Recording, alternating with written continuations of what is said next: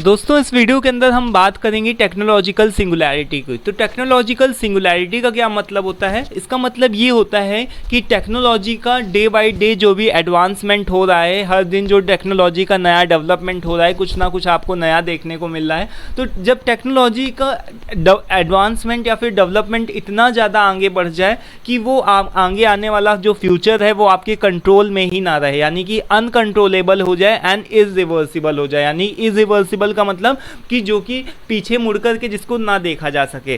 तो इतना ज़्यादा जब टेक्नोलॉजी आगे बढ़ जाएगी, इतनी ज़्यादा जब टेक्नोलॉजी का एडवांसमेंट हो जाएगा कि जो ह्यूमन का एक जो ब्रेन है उससे भी कहीं ज़्यादा टेक्नोलॉजी जो भी हो जाएगी वो पावरफुल हो जाएगी। तो उसी को हम क्या बोल रहे हैं कि और जिसकी वजह से जो भी आगे आने वाला जो फ्यूचर है उसको वो अनकंट्रोलेबल एंड इरिवर्सिबल हो जाएगा। इसी को हम क्या बोल रहे हैं? टेक्नोलॉजिकल सिंगुलैरिटी बोल रहे हैं। ये एक तरीके का हाइपोथेटिकल, यानी कि एक तरीके की ऐसे हाइपोथेटिकल फ्यूचर है जिसको मतलब कि अभी हुआ नहीं है। इसको हम क्या कर सकते हैं? केवल एक तरीके से उसका हम केवल ये कर सकते हैं कि एक अंदाज़ा लगा सकते हैं, एक अनुमान लगा सकते हैं कि आगे आने वाले समय में टेक्नोलॉजी जब इतनी ज़्यादा आगे बढ़ जाएगी जो कि ह्यूमन के ब्रेन को भी फेल कर जाएगी, तो उसकी वजह से जितनी भी सारी चीज़ें हैं वो अनकंट्रोलेबल एंड इरिवर्सिबल हो जाएं। तो इसी को हम क्या बोल रहे हैं? टेक्नोलॉजिकल सिंगुलैरिटी बोल रहे हैं। तो this could result in the profound and unpredictable changes to human civilization. और इससे जो भी एक ह्यूमन सभ्यता है वो कहीं ना कहीं दोस्तों प्रभावित होगी। ठीक है, तो इसका सिंपल टर्म्स में क्या मतलब बताया गया? यही है कि it is like a movement in the future where technology gets so advanced that it completely change everything। यानी कि जिसकी वजह से सारी की सारी जो भी चीज़ें हैं वो सभी चीज़ें चेंज हो सकती हैं और we cannot even predict कि what will happen next। और हम खुद से कुछ भी नहीं प्रेडिक्ट कर सकते। ऐसा ह्यूमन जो हम हैं वो कुछ भी नहीं प्रेडिक्ट कर सकते कि क्या आगे होने वाला है।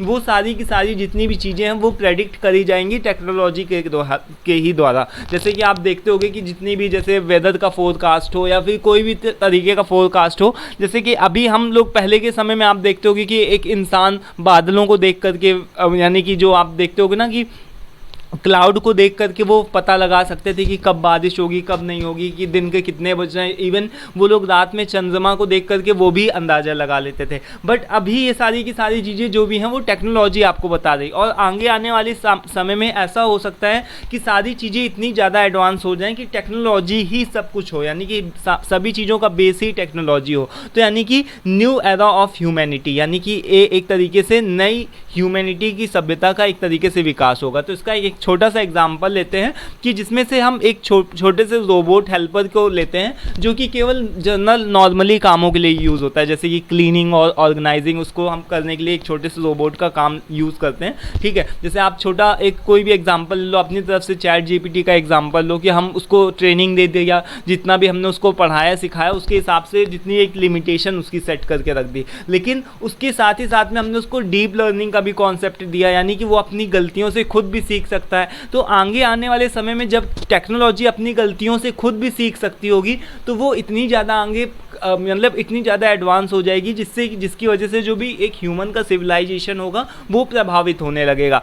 ठीक है, तो इसी तरीके से एक जो ऐसा रोबोट है जो कि एक तरीके का हेल्पर है, जो कि केवल बेसिक कामों के लिए यूज़ होता है like cleaning and organizing, but over the time it learns from it experiences. और समय बीतने के साथ साथ ये डीप लर्निंग की वजह से, अपने एक्सपीरियंस की वजह से और बहुत सारी चीज़ों की वजह से बहुत कुछ सीख जाएगा, जिससे कि क्या होगा, जिसका रिजल्ट ये निकलेगा कि it becomes so smart that it's not just helping with codes. मतलब कि आगे आने वाले समय में ये इतना ज़्यादा स्मार्ट हो जाएगा कि वो अपने खुद के नए आइडियाज़ को डेवलप कर पाएगा। अभी क्या करता है, ह्यूमन माइंड जो होता है वो नए आइडियाज़ को डेवलप करता है, लेकिन आगे आने वाले समय में मान लो टेक्नोलॉजी होगी, वही अब आगे आने वाली टेक्नोलॉजी के बारे में प्रेडिक्ट करने लगेगी कि ये हम टेक्नोलॉजी बना सकते हैं, वो बना सकते हैं। तो इससे आगे आने वाला जो भी ह्यूमन का सिविलाइजेशन है वो प्रभावित होने लगेगा। और इससे क्या होगा कि जो भी सॉल्विंग कॉम्प्लेक्स प्रॉब्लम्स, जो भी टेक्नोलॉजी की हेल्प से हम क्या कर सकते हैं, नई आइडियाज़ डाटास को जनरेट कर सकते हैं, नए कॉम्प्लेक्स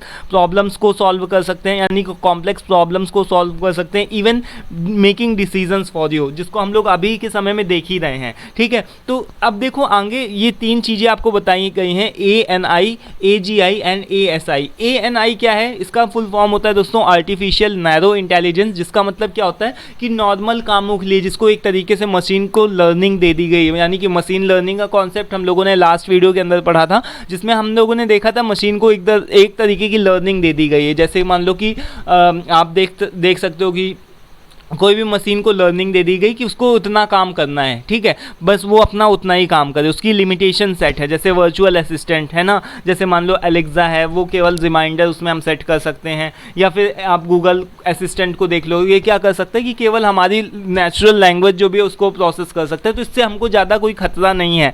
बट AGI यानी AGI का मतलब क्या हो गया कि आर्टिफिशियल जनरल इंटेलिजेंस, इसका मतलब क्या है कि ह्यूमन लाइक इंटेलिजेंस। जब से ये ChatGPT का कॉन्सेप्ट हमारे ट्रेंड में आया, तब से कुछ लोग काफ़ी डरे हुए हैं कि यानी कि उनकी जॉब जा सकती है या फिर बहुत सारी चीज़ें। तो ह्यूमन की तरीके जिसका इंटेलिजेंस हो मशीन का, तो इसको हम क्या बोल रहे हैं AGI। इसकी हेल्प से हम क्या कर सकते हैं, बहुत सारे यानी कि फॉर्मल तरीके के लेटर्स लिखवा सकते हैं, बहुत सारा काम कर सकते हैं, जिसकी हेल्प से हम बहुत ही मतलब कि चुटकियों में PPTs बना रहे हैं, बहुत सारी चीज़ें AI की हेल्प से हो रही। और ASI ऐसा कॉन्सेप्ट है जिसमें से जो कि ह्यूमन के इंटेलिजेंस को भी पार कर जाए, यानी कि यानी कि यहाँ पर क्या बताया गया है कि सरपासिंग ह्यूमन इंटेलिजेंस, यानी कि इन ऑल डोमेन्स, यानी कि हर एक फील्ड में, जबकि ह्यूमन का जो भी ब्रेन है, ह्यूमन का जो भी इंटेलिजेंस है, वो सब कुछ टेक्नोलॉजी जो है उस सारी चीज़ों को पार करके ले जाए, तो उसी को हम क्या बोल रहे हैं ASI यानी आर्टिफिशियल